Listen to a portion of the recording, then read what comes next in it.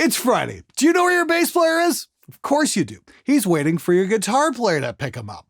The only problem is your guitar player is late because he's still crying over the 7-string Gibson video I made a few weeks back.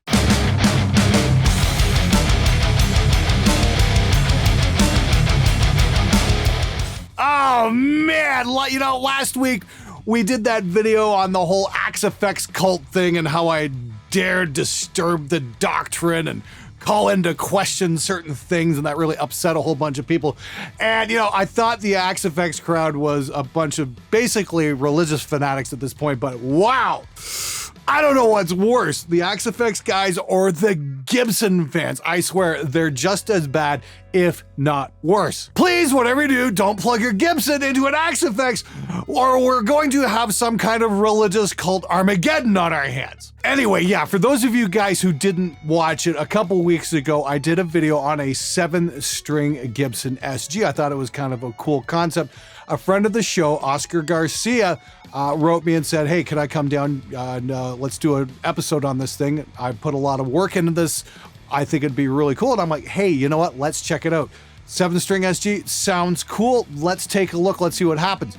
Unfortunately, the guitar played beautifully, but didn't stay in tune for shit. And that makes it pretty much useless in the studio. Well, a lot of you guys didn't like that. So I thought I'd read off a few comments from that particular episode and show you guys exactly what I'm talking about. Buckle up, kids. This one's gonna be fun. This dude is so annoying. WTF is that? WTF is this? Try so hard to act cool, LOL. Yes, I try hard to act cool. That's what I've been doing on this show this whole time. Trying to act cooler than I actually am. Are you even fucking paying attention, man? Dude, I learned a long time ago I was never gonna be cool, so I figured I'd just have fun instead. In fact, I made a shirt that said, I'd rather have fun than be cool. Wow, man, your observation skills are simply off the freaking charts! Glenn clearly doesn't know very much about guitars. Him pretending to know what neck dive is. Saying Gibson has shitty tuners, they're not shitty, they're called growers. The whammy bar just won't stay in tune. I will give him the fact that the design of the headstock angle and the fleet angle of the strings from the nut to the tuner is what gives Les Paul headstocks tuning and stability. But Glenn doesn't know that. Instead, he just pairs off random hearsay of the has picked up. I wish you two would stop recommending me this arrogant, obnoxious prick's videos. Well, I'd say calling me arrogant might be going a little too far there. Believe me, I'm just in the same boat as everyone else, as all the bedroom producers or people, you know, working their way up trying to have a career in this sort of thing. Hell, I'm still in a 2-car garage doing this show, and you know what? I'm proud of that fact. Here's the story, though. My problem with Gibson isn't hearsay. We had a 65 SG come in on the 2009 Betrayer record. We tracked an entire album's worth of rhythm guitars, and we had to throw them out because we quad-tracked and the guitar simply wouldn't stay in tune with itself. That's not bullshit. I had a room full of witnesses. You can go ask the band that because I made the guitar player re-record all the guitars on the Schecter Hellraiser. And you know what? This stayed in tune. Why? Because it's a better fucking guitar. That's why. If a guitar won't stay in tune in the studio, it's useless. End of discussion. The length of the neck is 24.75, so that explains why it goes out of tune so fast. I would suggest replacing the bridge with an Evertune to fix it. Hey, Leonardo, I think that's a magnificent suggestion. You know, I've got this 7-string LTD Ken Susi model with an Evertune bridge on it, and yeah, this thing stays in tune absolutely fine. In fact, I've never had to tune it. It's just great. So instead of griping, oh, you did this wrong, you did that wrong, Leonardo actually made a viable suggestion to maybe fix a problem and get Oscar moving forward in his musical journey. I think that's a great idea. I can't say enough good things about the Evertune bridges. The fact that you can tune them up to a certain threshold and you can still play bends is fucking amazing.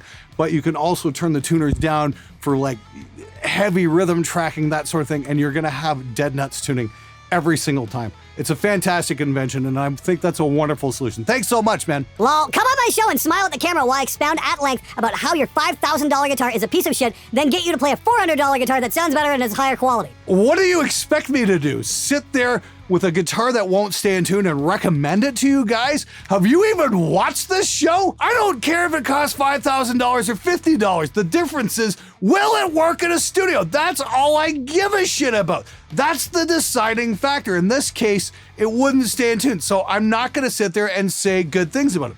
I thought it sounded good. I thought the action was amazing, but if it won't work in the studio, it's no fucking good. Like the last guy said, maybe put an Evertune on it. That'll probably fix up a whole bunch of problems. 10 minutes I won't get back. Sounds like shit. Hey, Downgrade, I am so sorry to waste your precious time. I know it was a whole 10 minutes. Okay, sorry about that. Now please get back to that Nobel Prize you were working on. Now it's time for the Butthurt of the Week! Not trying to be a troll here, but I find Fricker incredibly negative and condescending.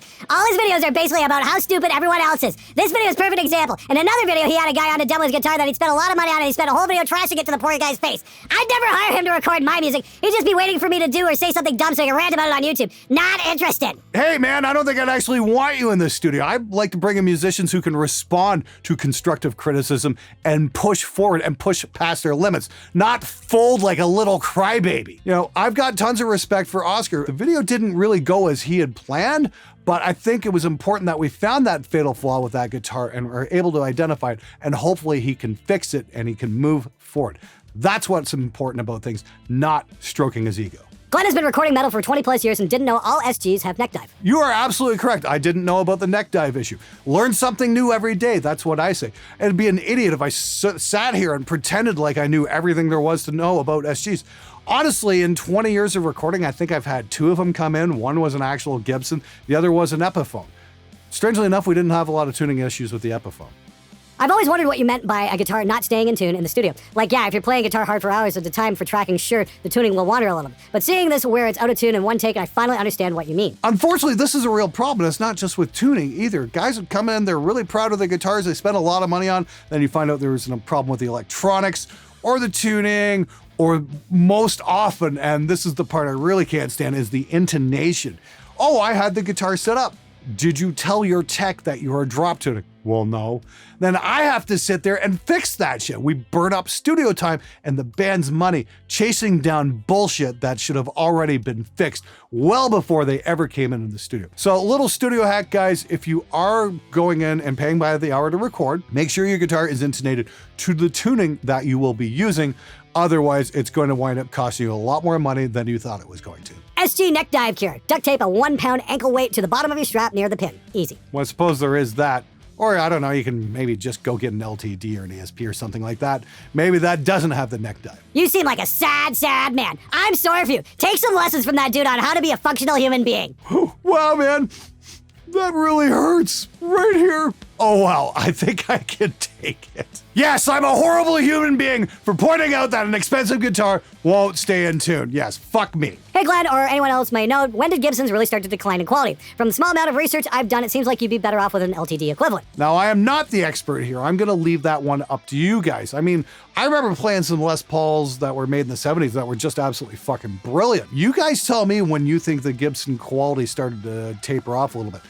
And this is the thing, I played a 2019 Gibson. We played several 2019 Gibsons while we were at Toman, and, you know, we thought they were pretty good. My personal favorite was the Explorer. I thought it was great. You know, maybe Gibson's starting to turn things around. I fucking hope so.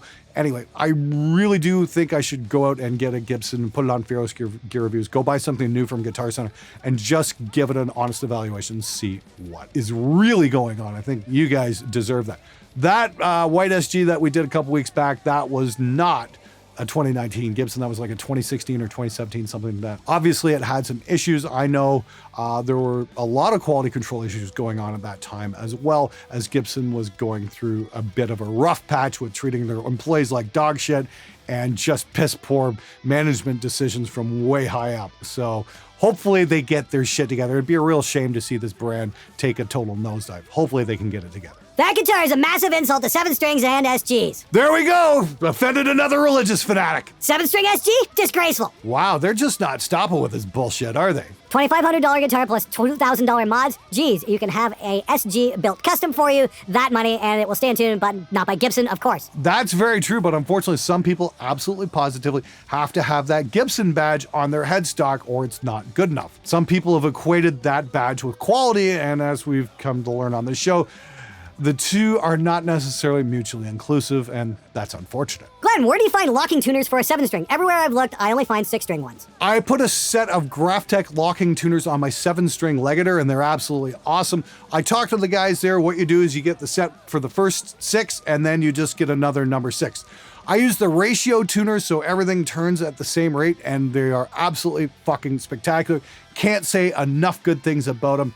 Give them a shot. They're super affordable, and honestly, they're probably the best tuners I've ever had on any of my guitars. Say fuck more. You don't sound immature enough. The fuck is your problem? Who the fuck appointed you to the language, please? Say fuck more. Go fuck yourself, you self-righteous douche. Can Gibson build a decent 7-string? Can they build a decent 6-string? Maybe. Jury's still out. We'll see. All right, everybody, that's it for this episode. Thanks so much for watching. Thanks for subscribing. And thank you so much to all the butthurt commenters who wrote in to write their outrage. It is absolutely fucking hilarious to hear from you guys. Keep those hate messages coming. They are awesome. They are wonderful subject material for the show. Who knows? Maybe in the next couple weeks, we're going to get something combined with the Gibson and the Axe FX Outrage Brigade, and they can tell me how much I suck as well. Meanwhile, for the rest of you guys, make sure you hit the subscribe button, the like button, give it a share, all that good stuff, and sign up for my newsletter. That way you'll actually get notified when my videos come out instead of relying on YouTube to maybe tell you when they sometimes feel like it. Anyway, until next time, get out there and make some metal, motherfuckers!